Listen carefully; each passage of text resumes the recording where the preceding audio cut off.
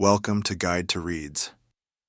If you've ever felt discouraged by a mistake at work, or wondered how successful women navigate the challenges of carving out their own paths, you're in the right place. Today, we're diving into Mistakes I Made at Work by Jessica Bacal, a captivating collection of candid, vulnerable stories from 25 influential women who courageously share their personal career missteps and the invaluable lessons they learned along the way. This book is a powerful, inspiring reminder that mistakes are not failures, but rather profound opportunities for growth, self-discovery, and transformation.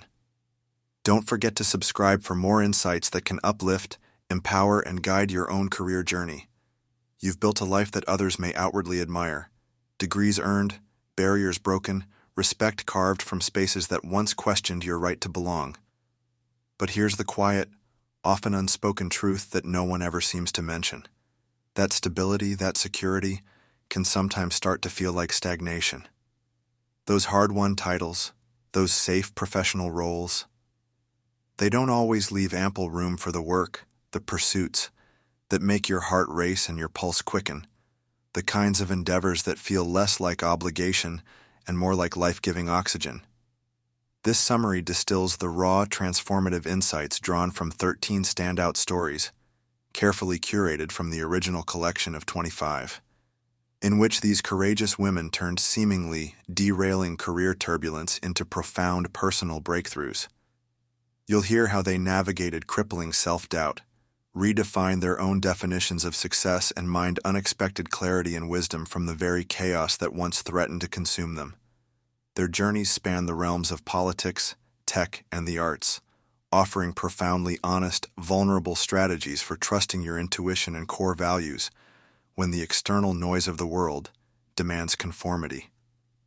What you take away from these stories isn't a flawless, one-size-fits-all roadmap, but rather the invaluable proof that true reinvention often begins the moment we find the courage to stop chasing prescribed scripts and start bravely writing our own. 1. Taking the leap. For many women, there often seems to be an unspoken societal expectation to choose the stable, traditional career paths, steadily climbing the corporate ladder, accumulating impressive titles and accolades, clinging tightly to the hard-won security of their roles. This tendency proves especially true for those who have already overcome significant barriers to succeed in male-dominated industries or elite professional spaces.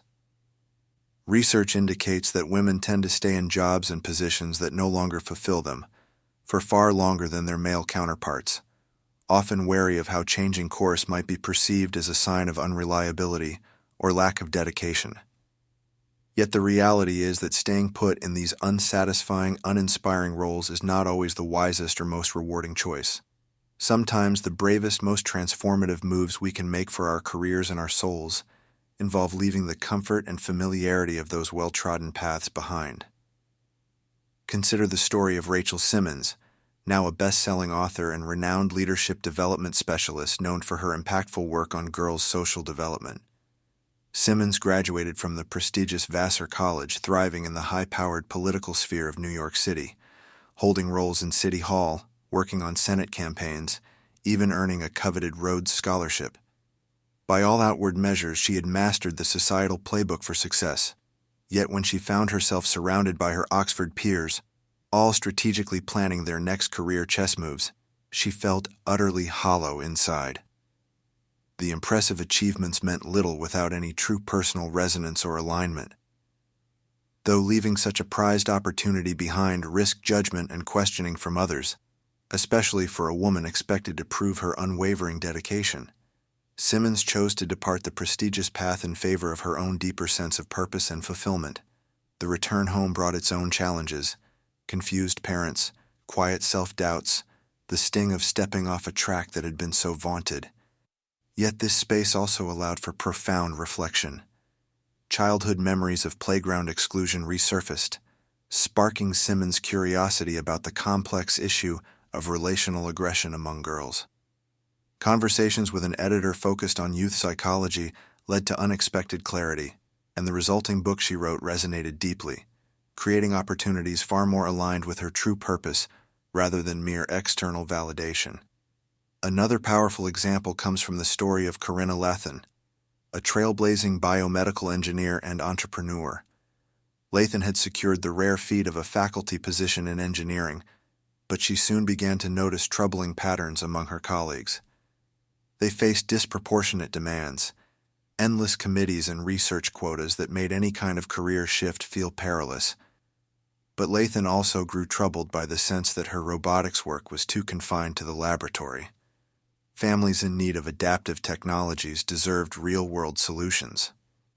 So when an opportunity arose at a local startup hub, Lathan made the bold choice to trade academic stability for the unknown waters of entrepreneurship. The early hurdles were daunting. A promising therapy robot exceeded production budgets despite grant support. But rather than retreating, Lathan and her team adapted. Their revised product ended up succeeding, aiding children globally. Lathan attributes this perseverance to her rigorous STEM training, which taught her to view setbacks as data points to learn from, not as defeats. Now, her remarkable journey serves as an inspiration to others contemplating unconventional, uncharted paths. These powerful accounts share a common thread: the realization that meaningful impact and fulfillment rarely follow the rigid, linear scripts we've been conditioned to expect. For women who have been trained to avoid any hint of missteps or mistakes, the freedom to release the need for perfect checkbox progression can spark profound personal growth. Security and stability certainly matter, but so does the sacred alignment between our daily efforts and our deeper values. Whether through writing, innovation, or a myriad of other channels, that elusive sense of fulfillment often lies beyond the safety and comforts of the familiar checkboxes and gold stars. By choosing curiosity over convention, both Simmons and Lathan discovered work that transcended the superficial measures of traditional achievement. Their stories remind us that true growth sometimes demands that we courageously release the rungs we've clung to, trusting in our own capacity to reach for new vistas. 2. How to find your voice. The most profound and challenging personal struggles so often center around the essential task of maintaining your truest sense of identity and self within systems and structures that are fundamentally built upon rigid conformity. Whether it's the hallowed halls of academia, the rarefied spaces of the fine art world, or any number of other professional realms, these environments frequently prioritize fitting into predefined, standardized roles over truly honoring the unique values and perspectives that each individual holds dear. So what happens when your core beliefs and deepest truths come into direct, unavoidable collision with the expectations and parameters of what is deemed acceptable or approved within these confines? How do you summon the courage to stay steadfastly true to yourself when absolutely everything around you seems to relentlessly resist and reject that truth? Take the story of Ileana Jimenez, an impassioned educator and advocate for the inclusion of marginalized voices, whose transformative work centers around creating more just, diverse, and representative curricula. While teaching at a private school where most students and faculty did not share her own personal background, Jimenez noticed with growing dismay how the classic literary texts being taught simply failed to resonate with her young charges. So many of them felt unseen, mirroring her own childhood disconnect, before she eventually discovered authors whose words spoke directly to her own identity and experiences. Introducing more diverse, inclusive works from writers whose perspectives had long been ignored or dismissed became more than just a simple pedagogical adjustment. It became a profound challenge to the very foundations upon which the school's educational model was built, questioning whose voices truly deserved a prominent place within the hallowed halls of the classroom. The resistance came swiftly. During a tense meeting, Jimenez's supervisor presented a detailed, scathing critique of her unorthodox teaching methods.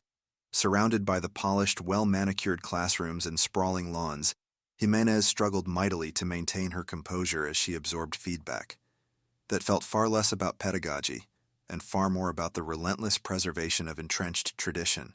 But Jimenez did not abandon her mission.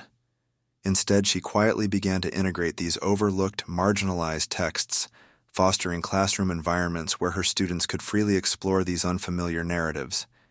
Ingenious collaborations with the school's theater department further opened doors to include groundbreaking playwrights from a vast array of backgrounds.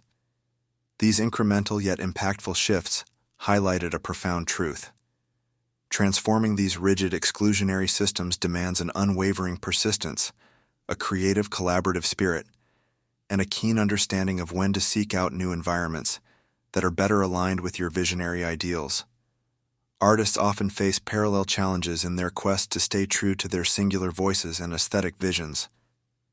Consider the story of Kim Gordon, the boundary-breaking trailblazer whose pioneering work in the realms of experimental music and visual art would ultimately cement her legacy as a bona fide cultural icon. Early in her career, Gordon found herself at odds with the priorities of the commercial art galleries, which tended to favor polished, easily marketable artistic styles that clashed with her own raw, unfiltered desire for pure, uncompromising self-expression.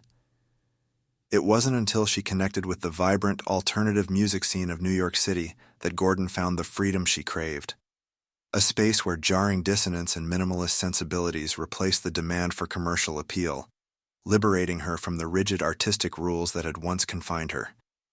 And yet, even within these more alternative, experimental artistic circles, certain expectations and performance tropes continued to linger, particularly when it came to the role of the female musician. Many of Gordon's peers opted for exaggerated personas, channeling an almost mystical, rebellious, or hyper-theatrical energy. But Gordon chose a different path.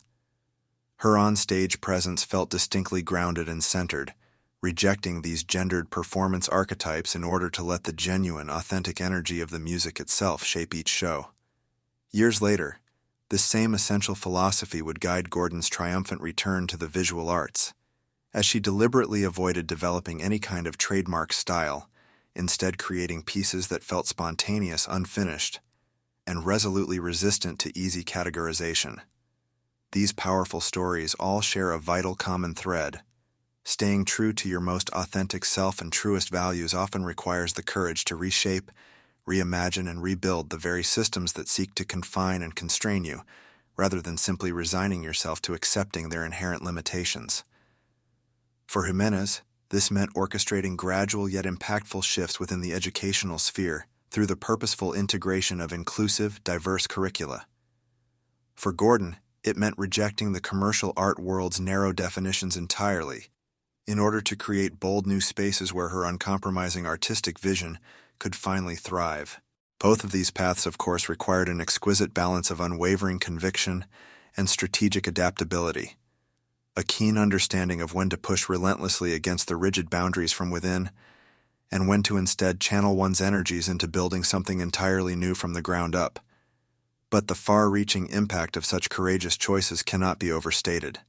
By creating environments and platforms where authenticity can truly flourish, these trailblazers have paved the way for others to finally discover the freedom to honor their own singular truths. Students exposed to inclusive representative curricula can finally see themselves mirrored in the stories they encounter. Audiences experiencing unpolished, genre-defying art can find profound beauty in imperfection.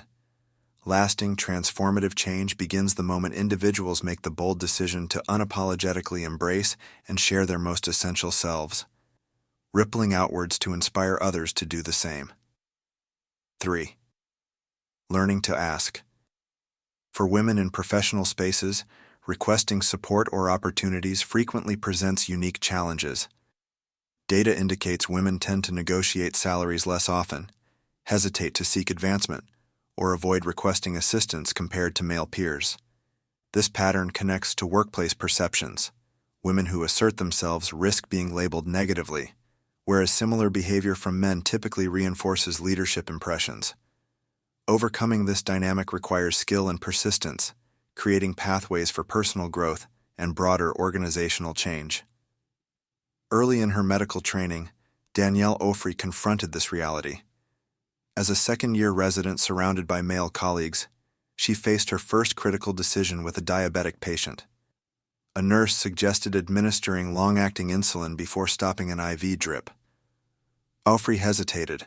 She wasn't entirely sure of the best course of action, but was eager to assert her authority in an environment skeptical of women's expertise. She dismissed the advice, pushing aside the brief instinct to ask why it was necessary. After all, she had spent an entire day carefully managing the patient's sugar levels and believed adding long-acting insulin would be unnecessary, even risky. The nurse raised an eyebrow but didn't press further. 2 hours later, the patient vomited, his speech slurring dangerously. A senior resident intervened, shocked she hadn't given the insulin. Standing in the ER, Aubrey froze. When she had hesitated, she could have simply asked why the insulin was necessary. Her refusal to do so nearly caused disaster. The patient stabilized, but Aubrey grappled with guilt for weeks. She recognized her fear of seeming unprepared had clouded her judgment. This shifted her approach to medicine. Later, mentoring new residents, she prioritized spaces where questions felt safe, especially for women facing similar pressures. Years earlier, Joanna Barsh encountered parallel struggles. Starting in consulting after studying arts, she was assigned to analyze advertising data manually. Alone in a client's basement, she copied numbers onto massive paper sheets. Exhausted and frustrated, she devised a shortcut but lacked confidence in her math. She quietly altered figures to align with expectations. When colleagues couldn't replicate her results, Barsh confessed her actions to her recruiter. Instead of reprimanding her, he acknowledged the unreasonable workload she'd faced. This taught her that transparency about limitations can drive systemic improvements, particularly for women in male-dominated fields. These accounts highlight a shared truth. Seeking support isn't weakness. Progress often hinges on collaborative effort and admitting uncertainties. For women, developing this skill can reshape career trajectories and workplace norms, proving that growth emerges not from solitary effort but collective courage. 4. The power of saying no. Women in professional environments frequently confront dilemmas around refusal. Setting limits on excessive demands, rejecting diluted expectations, or pursuing unorthodox career routes involves balancing personal priorities with external pressures. 3 narratives demonstrate how strategic refusal can redefine trajectories and values. Anna Holmes, the visionary founder of Jezebel, a platform that revolutionized feminist media, co-founded her pioneering website at a time when women's perspectives were sidelined in digital spaces. In its formative years, the site's momentum seemed to hinge on ceaseless output, publishing articles every 10 minutes, interacting with readers hourly, and addressing comments well past midnight. The platform's rapid ascent exceeded projections, but the grind took a toll. Holmes developed chronic migraines, friendships withered, sleep became sporadic. Years after departing the project, she still wrestled with the urge to check metrics and respond to every online critique. Resisting this cycle proved challenging because the work felt inseparable from her identity. The platform wasn't just a job. It represented a cultural shift. Eventually, Holmes grasped that her self-sacrifice perpetuated a toxic standard for peers in the industry. Stepping back allowed her to advocate for balance, showing that effective leadership doesn't require self-destruction. Luma Moufle, a social entrepreneur whose school for refugee children became a model for trauma-informed education, confronted refusal through a lens of equity. One student, Duke, stood out for his soccer talent and harrowing background. Having lost his parents in war-torn Liberia, he evoked Moufle's empathy. She made exceptions, waking him for school, overlooking missed practices, supplying meals. But when another student challenged this disparity, asking why Duke received leniency, Moufle faced a reckoning. Her compassion, while well-intentioned, eroded the program's foundational fairness. Applying uniform rules led to Duke's departure. The outcome weighed heavily on Moufle, who questioned whether she'd failed him. Yet this decision reinforced the school's ethos. Students began trusting that rules applied equally, strengthening the community. Upholding standards even painfully preserved the institution's mission. Ruth Reichel, whose career as a food critic and writer would redefine culinary storytelling, faced her pivotal refusal early on. Colleagues and family framed her corporate banking role as prudent, a chance for stability in an uncertain economy. But the office's rigid structure clashed with Reichel's creative instincts. Walking away from predictability allowed her to explore food writing, a field she'd never considered professionally. This leap led to influential roles at major publications, where she reshaped how audiences engage with culinary culture. These accounts share a central theme: refusal as preservation. For Holmes, it safeguarded health and reshaped leadership norms. For Moufflet, it maintained institutional integrity. For Reichel, it protected creative potential. Each woman's choice carried risks, alienation, guilt, financial uncertainty, but also clarified what deserved protection. The act of refusal often forces a confrontation with identity. Who are we when we stop accommodating others' expectations? What survives when we shed roles that no longer fit? These stories suggest that boundaries aren't barriers. They're the architecture of purposeful work. 5. Building resilience. Setbacks often feel like final chapters. Yet for many, these moments spark new beginnings. Let's look at 3 stories from women whose lives show how perceived failures can fuel growth when approached with intention. Judith Warner, a journalist whose critiques of modern motherhood sparked national dialogue, built a career-shaping public conversation through her New York Times column. When it ended abruptly, the loss left her unmoored. Days blurred into weeks spent glued to screens, tracking discussions she no longer joined. Her daughter's blunt observation, "This has gone on long enough," became a catalyst. Warner reconnected with friends, resumed daily routines, and channeled her energy into a book on children's mental health. Though sales fell short of expectations, the work resonated deeply with parents and professionals. Requests for talks poured in. Awards followed. What began as professional collapse evolved into work with impact far beyond personal recognition. Another story comes from Ruth Ozeki, a novelist whose award-winning work bridges fiction and spiritual inquiry. Early television work left ethical bruises, particularly a cooking show funded by meat industry groups. Years later, these regrets fueled her fiction.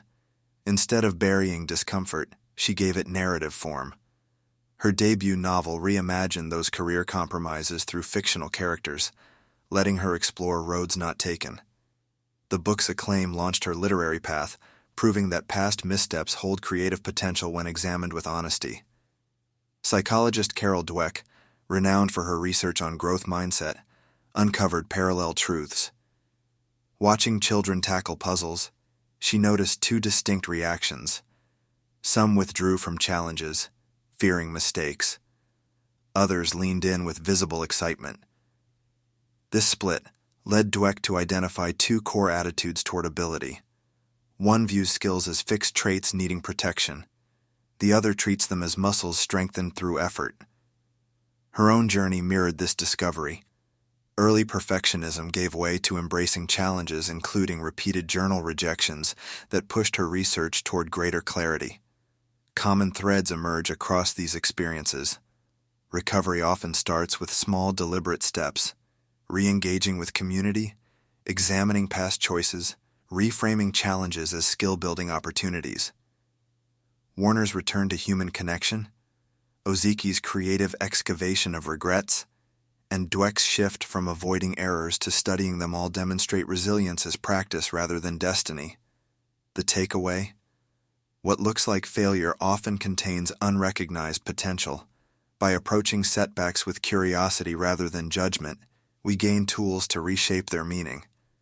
Whether through creative reinvention, community support, or shifts in perspective, ordinary moments of struggle hold extraordinary possibilities for those willing to look deeper. Final summary. Mistakes I Made at Work is an inspiring and relatable collection of stories that normalizes the experience of making mistakes and highlights their value as opportunities for growth. Jessica Bacal brings together the voices of 25 influential women who share their career challenges and the lessons they learned, offering readers practical advice and encouragement. Mistakes are not failures. They are essential stepping stones on the path to success. By embracing vulnerability, learning from setbacks, and building resilience, we can grow both personally and professionally. Whether you're early in your career or a seasoned professional, this book offers valuable insights and encouragement to help you navigate challenges and thrive in your work life. Ready to embrace your mistakes and grow from them? Start by reflecting on a recent challenge or setback and identifying the lessons it taught you. If this summary inspired you, grab a copy of Mistakes I Made at Work and let these stories empower your career journey. Don't forget to like, comment, and subscribe to Guide to Reads for more transformative book insights. Remember, mistakes are not the end, they're the beginning of growth.